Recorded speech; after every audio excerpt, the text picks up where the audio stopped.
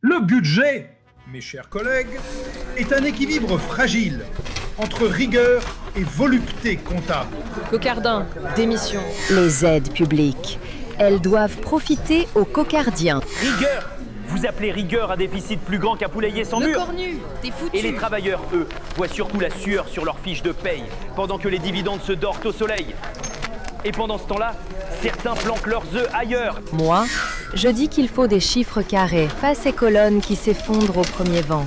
Madame la poule de l'ordre national, laissez un peu de rondeur aux virgules. Ils se battent pour une virgule.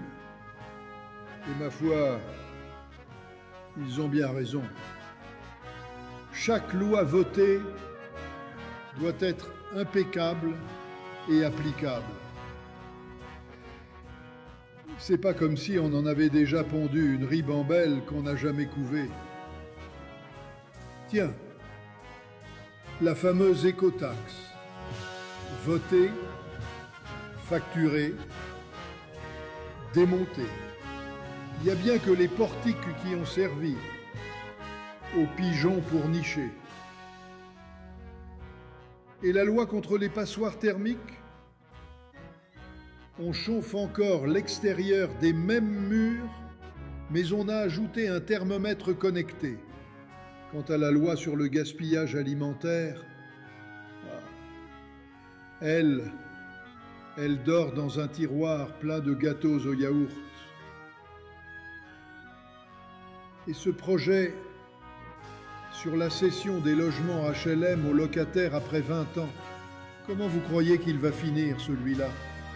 On sait bien que HLM, c'est pas amorti avant 30 ans. Alors dans 20, il n'y aura même pas de clé à remettre. Je demande un amendement de ponctuation. Pas la peine. Ils ont déjà mis un point final à la logique.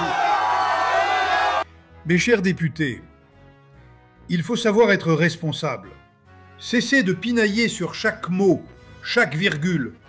Le pays attend des décisions, pas des débats sans fin. Jour 42. Les plumes sont lourdes, les cafés froids, les tasses fêlées. Et les discours s'étirent comme du chewing-gum administratif. Je proclame que le budget sera équilibré avant la fin du siècle. Tu parles? Ça fait plus de 40 jours qu'ils trient les virgules et qu'ils dorment à point fermé. Les lois dorment debout. Les députés roupillent assis. Et les amendements ronflent dans leurs tiroirs. À ce rythme-là, en 2030, on appliquera encore le budget 2024, mais avec plus de rides et moins de café.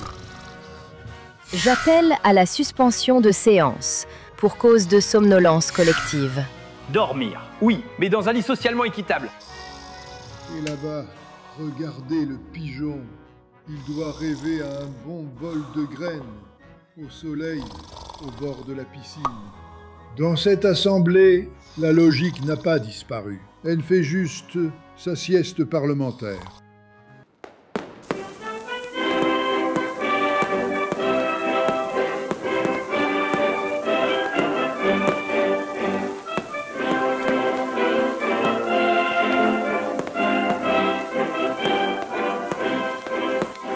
La victoire en chantant?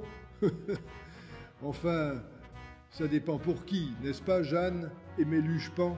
Mes chers concitoyens, après 70 jours d'efforts collectifs, voici le résultat. Un budget équilibré, un peuple rassemblé.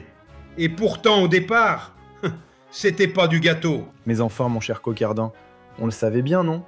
À force de tourner en rond, ça ne pouvait que finir en gâteau du triomphe. 70 jours pour pondre un gâteau trop sec. Et maintenant, ils vont se partager les miettes avec les honneurs.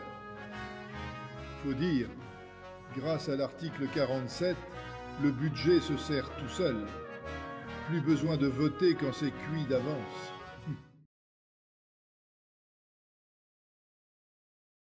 Je rougis à l'œil, et ce n'est pas une parole gratuite.